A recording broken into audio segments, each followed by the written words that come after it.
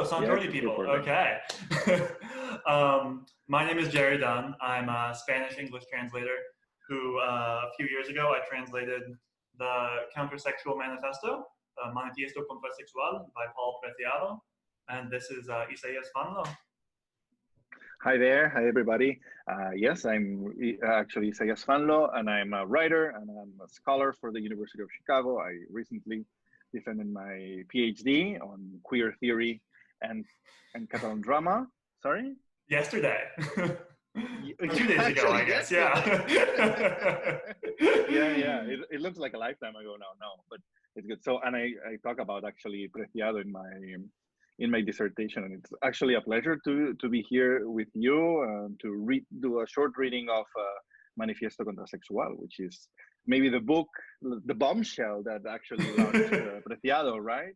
Yeah, and I mean it's been a whole trajectory since then. I mean his most recent book, Un apartamento sobre Urano, which in English with an apartment on Uranus, is has been. But it's a beautiful book. I know Paul wrote it in French originally, so sadly I was not the translator. I don't remember who was. Do you know who translated from the French? I don't. I've read the Spanish translation. Okay. But it's a beautiful book. But I mean this was one of Paul's like earliest writings that really like Isa said, launched the explosion of his trajectory. Yeah, it's considered a classic nowadays.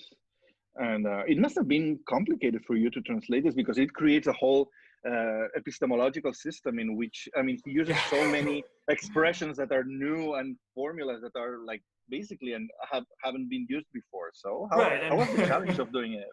I mean, I remember there's in one of the first pages he talks about I think the Spanish was dildo tectónica, right, which is like dildo tectonics.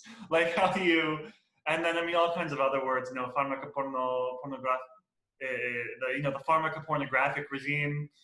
I was fortunate in that Paul's one of his other classics, Testo Junkie, was translated before Manifiesto Contrasexual, even though the Manifesto was, I believe, his first book-length published work. But he had Testo Junkie was translated first by Feminist Press, and then then a little later I got with Columbia University Press. We translated this one. And in your thesis, you cite Paul a bit, don't you? I'm sorry? In your research, you've cited Paul's work a bit, haven't you? Yes, and I've actually taught him in college on my classes, and his work is absolutely loved by my students. With this last book of his, Un apartamento en Urano, I'd rather say that in Spanish. I had to come back to Barcelona for something, and I was in the middle of teaching a course on queer theory, and I knew that I wanted to get this book. I knew it had just recently come out, and I knew some of his articles because they had appeared in this French newspaper, Libération, and I had read them there, and I thought, oh, let's have a look because it might be useful. I mean, even if the syllabus was built, we were in the middle of the course. I was so impressed by the rigor and how cohesive everything was. That I decided, okay, on the plane back to Chicago, I was like going through the articles like a madman, and I just chose 5 or 6, and I told my students, listen, we had this reading from 2 weeks, but here's something, we can keep that reading. I don't remember which one it was, which is great, and we're going to love it, but I can take that out and instead put this selection of 40 pages of the Un apartamento en Urano, and we can read them, and this might change your life. What do you think? And everybody looked at me like, okay. Let's change each other's life. And we read it, and we read this article called Catalunya Trans, in which he basically talks about, compares the idea of his own transitioning with the process of independence of Catalonia from a utopian point of view. And he talks about the possibility of how how to take the political process as as an opportunity to change the biopolitics and the way you behave as a subject in society. It's super inspiring. It's, I mean, completely utopian and crazy, but and my students, they still remind me like, oh my God, those readings were like really life changing. Like, well, good job. So that's phenomenal. Good job, Paul. Good job, Paul. I mean, the way he does things, like tying together like Catalan independence, like trans identities, like the Playboy mansion, like St. Augustine, like he really brings things together from what you would think of as totally disparate worlds. Were your students, were they undergraduates when that you were assigning this to? They were undergrads, yes. And I mean, yes. I think advanced, but undergrads. Because I mean, people will see when we read, this section. I mean, Paul's prose, like he has a writing style that is very dense. It does. So it actually might be good for us if we at least say something about what Manifiesto Contrasexual is, right? I don't know if you have a little if you want to say pitch. something. So I mean, this was a book, I guess it's a book that is talks about sort of this idea of within what Paul calls called the Pharmacopornographic Era, that we have this sort of these sex love contracts that are essentially this heterosis patriarchal construct that governs all kinds of romantic and sexual relationships. And so this book sort of posits an alternative to that, Countersexual, like a countersexual contract, which is, I actually parenthetically should say, is one of the things that I think sadly gets a little bit lost in the translation of the title. Because in both the French and the Spanish, I think the Spanish, the title Countersexual, there's this little like pun on this concept of contracts. And one alternative we were thinking of for the translation was Countersexual Manifesto. But between Paul and myself and the editor, we all sort of, we talked about it, and we had this fear that contra as a prefix would convey more like contraband, or like more of a sense of against rather than counter. And I think that English readers probably wouldn't have picked up on the pun with the contract. But so anyway, so it was a book that Paul wrote, like I said, his first work. And he wrote it when it was originally published under the name Beatriz Preciado, back when Paul identified as a woman. And he writes in his preface about sort of the process of sort of transitioning this book as well. When I started translating it, even, I think maybe 15 years after it was written, Paul was still going by Beatriz. Oh, really? At least to me. I don't know about, because Paul and I, we've talked about the book and the translation, but we don't have a personal relationship, so I don't know what, I mean, people's identities are complex, and I don't want to speak for what he identified as. Sure. But like for me, he was at that time identifying as Beatriz, and I was translating the book as this book written by a woman named Beatriz, and so it sort of was an interesting process when halfway through the translation, I got this request to sort of recalibrate for a new author, not a new author, but an author with a new identity, a new gender identity. Which was a unique, I think, a unique experience in translation. It's not something that you do often.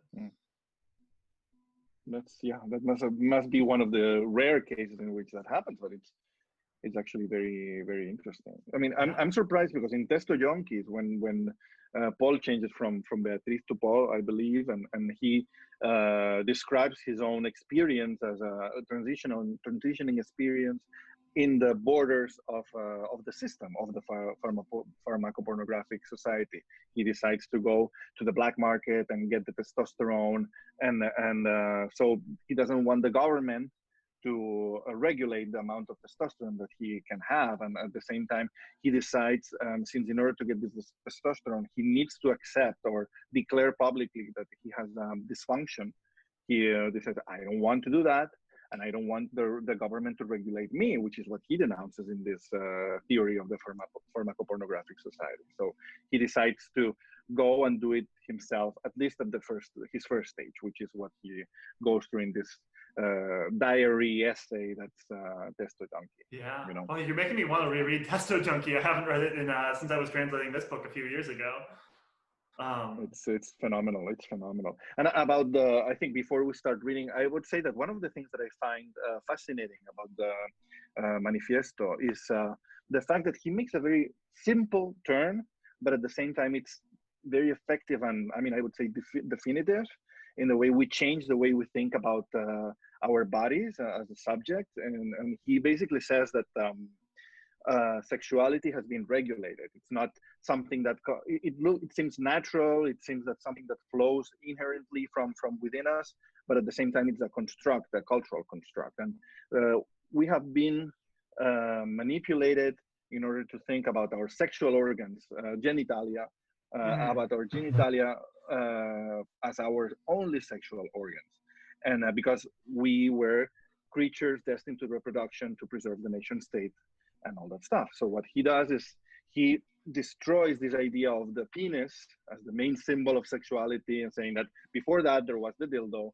And so we need to start afresh. And if we change our way of thinking and we forget about genitalia and we start thinking about the whole body, the totality of the body as a sexual organ, we would disrupt the order of the society. So it's very positive and optimistic. I like that about Preciado, but it's a very slight change and then it changes everything. It does. And you're right, it is a very optimistic sort of like perspective, right? And it's something that a lot of people who got the English 20 years after the Spanish said that they were almost saddened to see like something that was written in this very optimistic way and to see this sort of very like alternative revolutionary attitude written 20 years ago. And then in the reality, we took this much more mainstream like normalization of, like bringing like queer identities into the mainstream fold. Yeah. Which is, things took a different path, which a lot of readers have found to be sort of a bittersweet when reading the manifesto. Absolutely. Well, shall we go? Yeah, absolutely. So we're going to be reading. So the book features a number of countersexual exercises, which you can use from the comfort of your own home to subvert the heterosex patriarchy.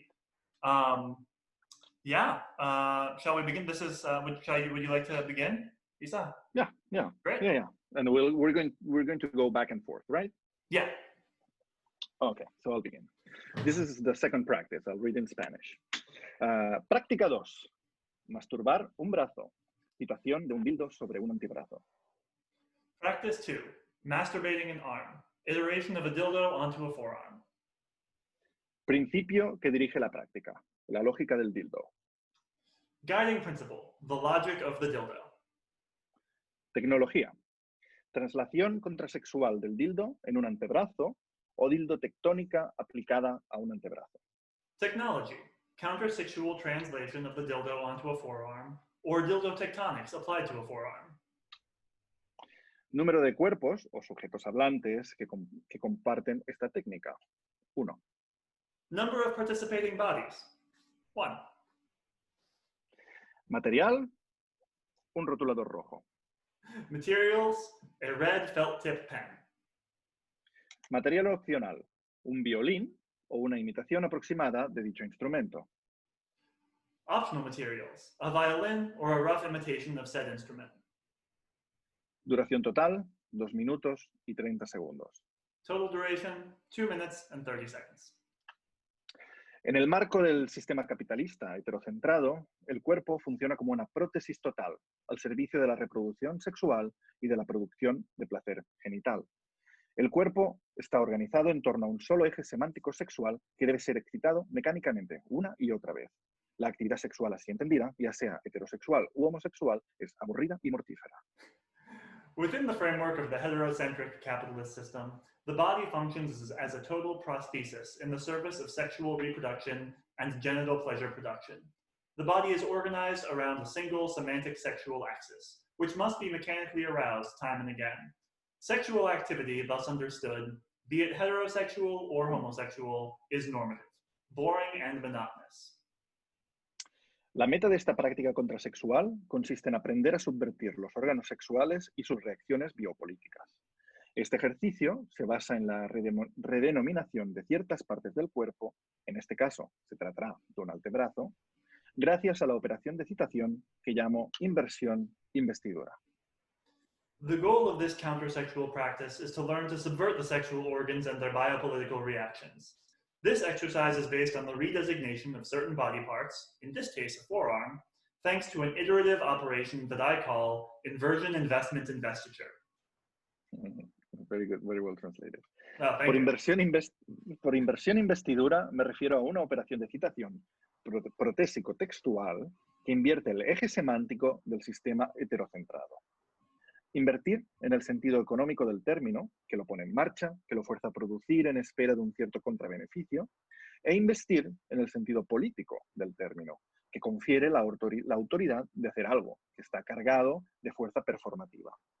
Esta operación de citación desplaza la fuerza performativa del código heterocentrado para, finalmente, investir, provocar una perversión, un giro en la producción habitual de los efectos de la actividad sexual.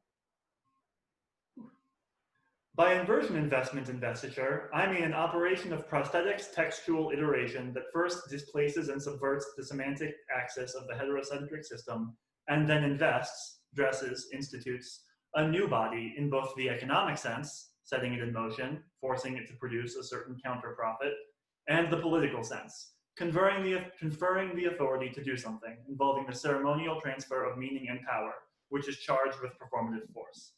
This iterative operation displaces the performative force of the heterocentric code in order to invert and invest a process of subjectification. Descripción de la práctica. Un cuerpo hablante sostiene un violín entre la base de su mandíbula y su hombro izquierdo. Su mano izquierda se apoya en las cuerdas con precisión. Su mano derecha agita el arco con energía. El cuerpo dirige la mirada a su brazo izquierdo, como si tratara de seguir una partitura sobre un atril. Description. A body holds a violin between the base of the jaw and the left shoulder. The left hand rests on the strings with precision. The right hand rocks the bow energetically. The body looks fixedly at the left arm as if trying to follow a score on a music stand.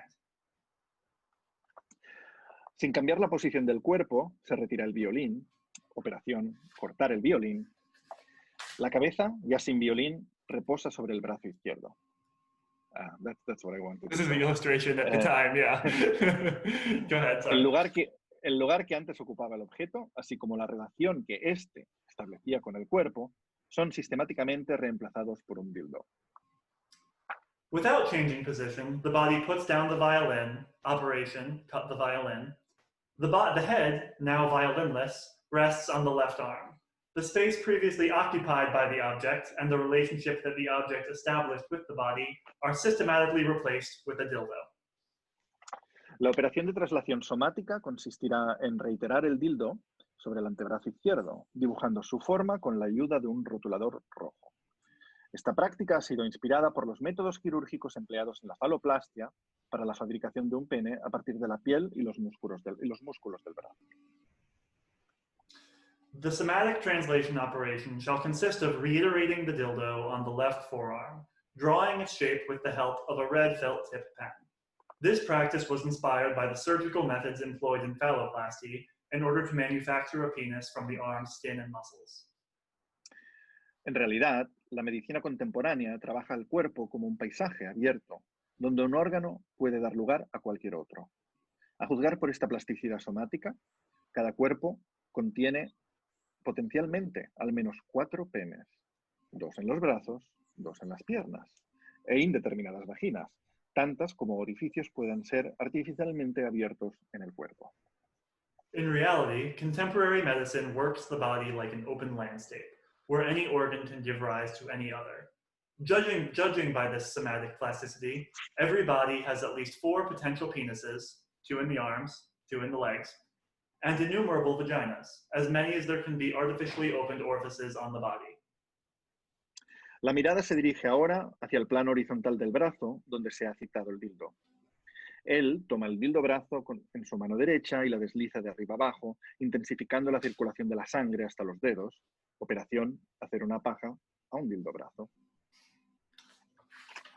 The gaze now turns to the arm's horizontal plane, to which the dildo has been iterated.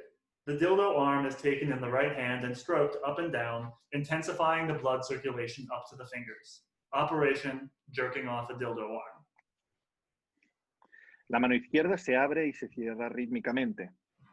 La sangre circula cada vez más intensamente. El afecto es musical. La melodía es el ruido producido por la piel frotada. El cuerpo respira siguiendo el ritmo de la fricción. The left hand opens and closes rhythmically. The blood pumps harder and harder. The feeling is musical. The melody is the sound produced by rubbing the skin. The body breathes in line with the rhythm of the stroking. Como en la práctica anterior, la duración total debe controlarse con la ayuda de un cronómetro que indicará el final del placer y el apogeo orgásmico. La simulación del orgasmo se mantendrá durante 10 segundos. Después, la respiración será más lenta y profunda. Los brazos y el cuello quedarán completamente relajados. As in the previous practice, the total duration should be managed with the help of a stopwatch, which will indicate the end of the pleasure and the orgasmic apogee. The simulation of the orgasm should last 10 seconds. Immediately afterward, breathing should become slower and deeper, and the arms and neck should be completely relaxed. Wonderful, wonderful. It's, I mean, you can read the irony through the whole text. You can read the idea of how, through the parody of the heteronormative sexual act, you end up destroying the whole system, right? At least in a verbal way. No, it's so, also. Go ahead. No, go ahead. No, please. No, I mean that's an irony. We're so good at this. Yeah, no, that's an irony. But you even see it. There's maybe there's a pretty long countersexual contract in the book, which is, I mean, essentially it's that same irony throughout of sort of like parody and mocking this, and sort of this like interesting tone that's mocking this heteronormative convention that we have. Yeah, I mean, I think we cannot go for much longer because it's been a long session. But I have to say that one of the things that, I mean, during this pandemic that we're, amidst, Paul Preciado wrote a very interesting essay about what's going on and what's the role of the subject in this process, and what can we change things, which is something that all of us have been wondering. One of the things that while rereading part of the book for today's reading, I was shocked that even this last article that he has written right now departs from the manifesto. I mean, this idea, he talks about the idea of the body of the subject has become the last border.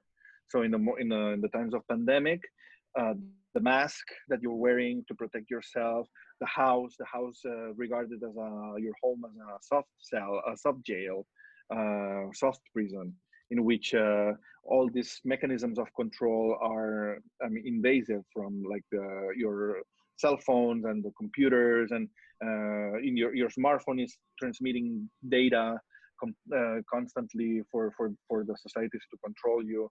And suddenly it's this idea, it's Neo-Foucault almost, no? This re-elaboration of the panoptic and the idea of the being under constant survey.